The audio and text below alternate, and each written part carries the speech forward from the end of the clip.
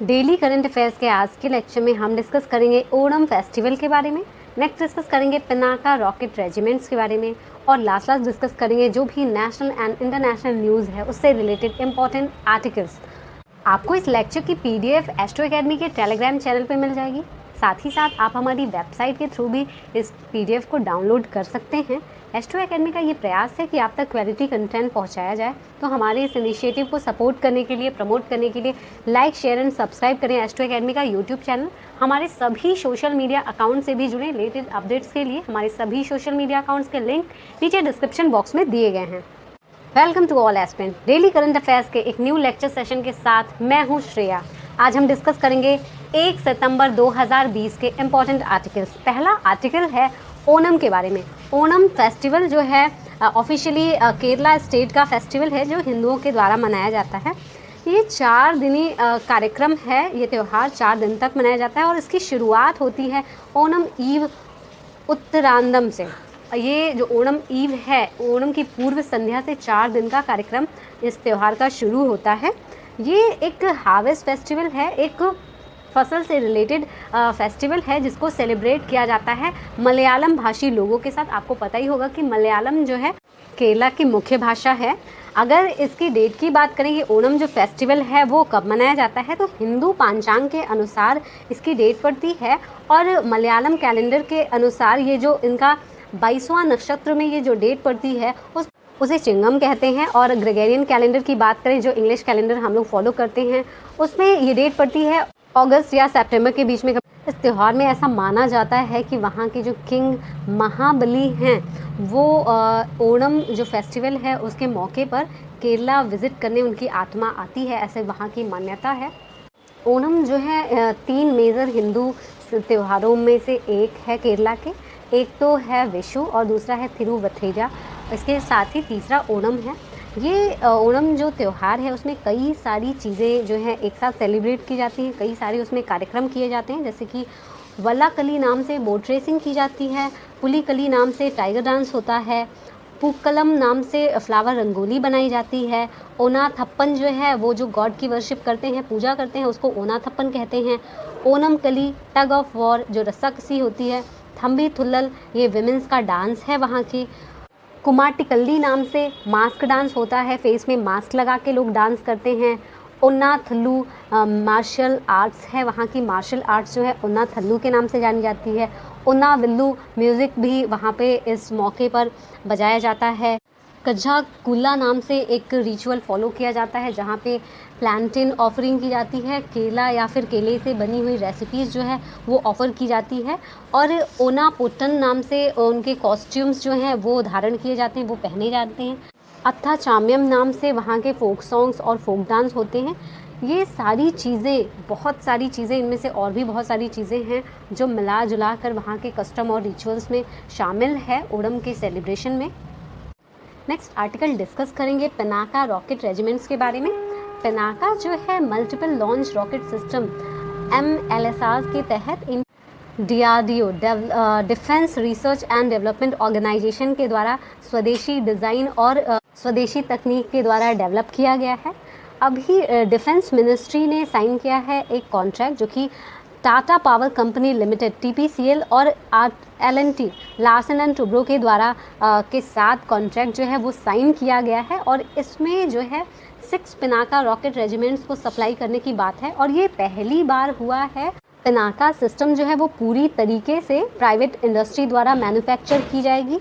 इस रेजिमेंट की अगर बात करें तो इसको ऑपरेशनलाइज किया जाएगा जो भी हमारे उत्तरी और पूर्वी बॉर्डर्स हैं, सीमावर्ती क्षेत्र हैं, वहाँ पे। और इसका प्लान किया गया है, इसको डेडलाइन दी गई है पूरा करने की 2024 में इस पिनाका रॉकेट रेजिमेंट को जो 6 का है ये कॉन्ट्रैक्ट उसको पूरा कर लिया जाएगा। नेक्स्ट अब हम डिस्कस करेंगे कुछ national and international news one liners के रूप में जो भी इंपॉर्टेंट आर्टिकल्स हैं। पहला आर्टिकल डिस्कस करेंगे सुप्रीम कोर्ट की एक कॉन्स्टिट्यूशनल बेंच ने तमिलनाडु मेडिकल ऑफिसर्स एसोसिएशन की एक याचिका पर सुनवाई करते हुए ये कहा है कि राज्यों को ये अधिकार है कि जो भी रिमोट एरियाज़ में जो डॉक्टर्स सर्व कर रहे हैं, जिनकी पोस्टिंग रिमोट एरियाज़ में है, दूर दराज क्षेत्रों में है, उनको पीजी का जो पाठ्यक्रम है, पीजी के जो कोर्सेज़ हैं उसमें एडमिशन देने के लिए कोटा जो है, विशेष प्रावधान जो स्पेशल प्रोविज़न्स हैं, उन्हें कोटा देने के लिए राज्य जो हैं वो कर सकते हैं। इसमें ये जो कॉन्स्टिट्यूशनल बेंच थी उन्होंने ये कहा है कि राज्यों में, स्टेट्स में जो रिजर्वेशन के लिए विशेष प्रावधान है, विशेष प्रोविज़न्स हैं, उन पे कानून बनाने की क्षमता है। और सुप्रीम कोर्ट ने कहा है कि मेडिकल काउंसिल ऑफ इंडिया जो है, MCI, जो कि एक स्टैचुटरी बॉडी है, उसमें जो इस तरह के रिजर्वेशन है उनको बार्ड करना है, उनको वर्जित करना। और अगर ऐसा मनमाना तरीके से किया जा रहा है तो ये असंवैधानिक है, अनकॉन्स्टिट्यूशनल है।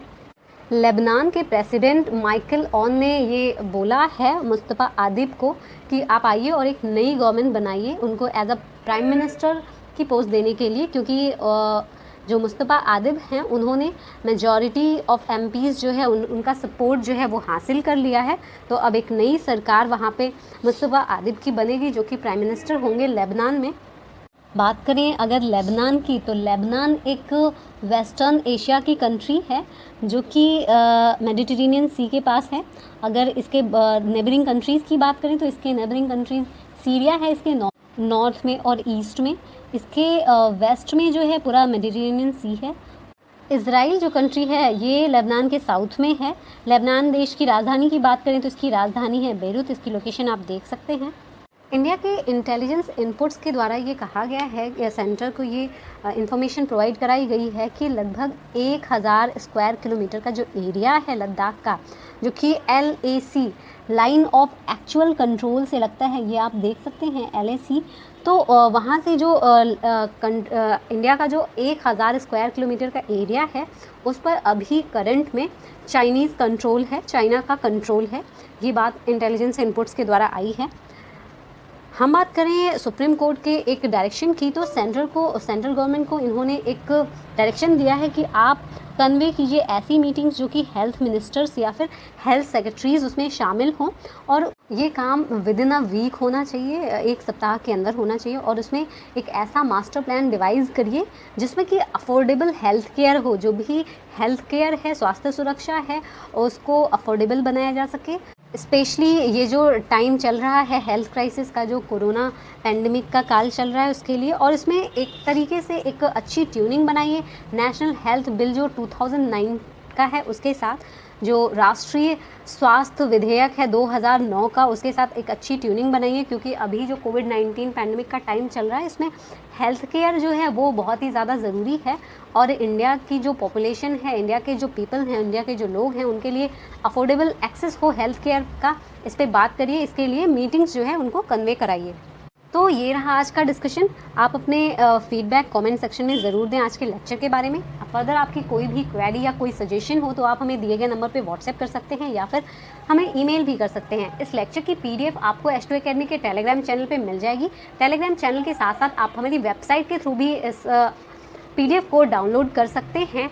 H2 अकेडमी का ये प्रयास है कि आप तक क्वालिटी कंटेंट पहुंचाया जाए। हमारे इस इनिशिएटिव को सपोर्ट करने के लिए H2 अकेडमी के YouTube चैनल को ज़रूर सब्सक्राइब करें, और इस क्वालिटी कंटेंट को ज़्यादा लोगों तक पहुंचाने के लिए ज़्यादा से ज़्यादा लोगों तक शेयर करें। अगर आप हमारे चैनल पे नए हैं तो चैनल को ज़रूर सब्सक्राइब करिए, साथ ही बेल आइकन को भी प्रेस करिए ताकि सभी नोटिफिकेशंस आप तक टाइमली पहुँचती रहे। बाकी लेटेस्ट अपडेट्स के लिए हमारे सभी सोशल मीडिया अकाउंट से भी जुड़ें। हमारे सभी सोशल मीडिया अकाउंट्स के लिंक नीचे डिस्क्रिप्शन बॉक्स में दिए गए हैं, जिस पर क्लिक करके आप सीधे हमसे जुड़ सकते हैं। So thanks for watching, have an awesome day.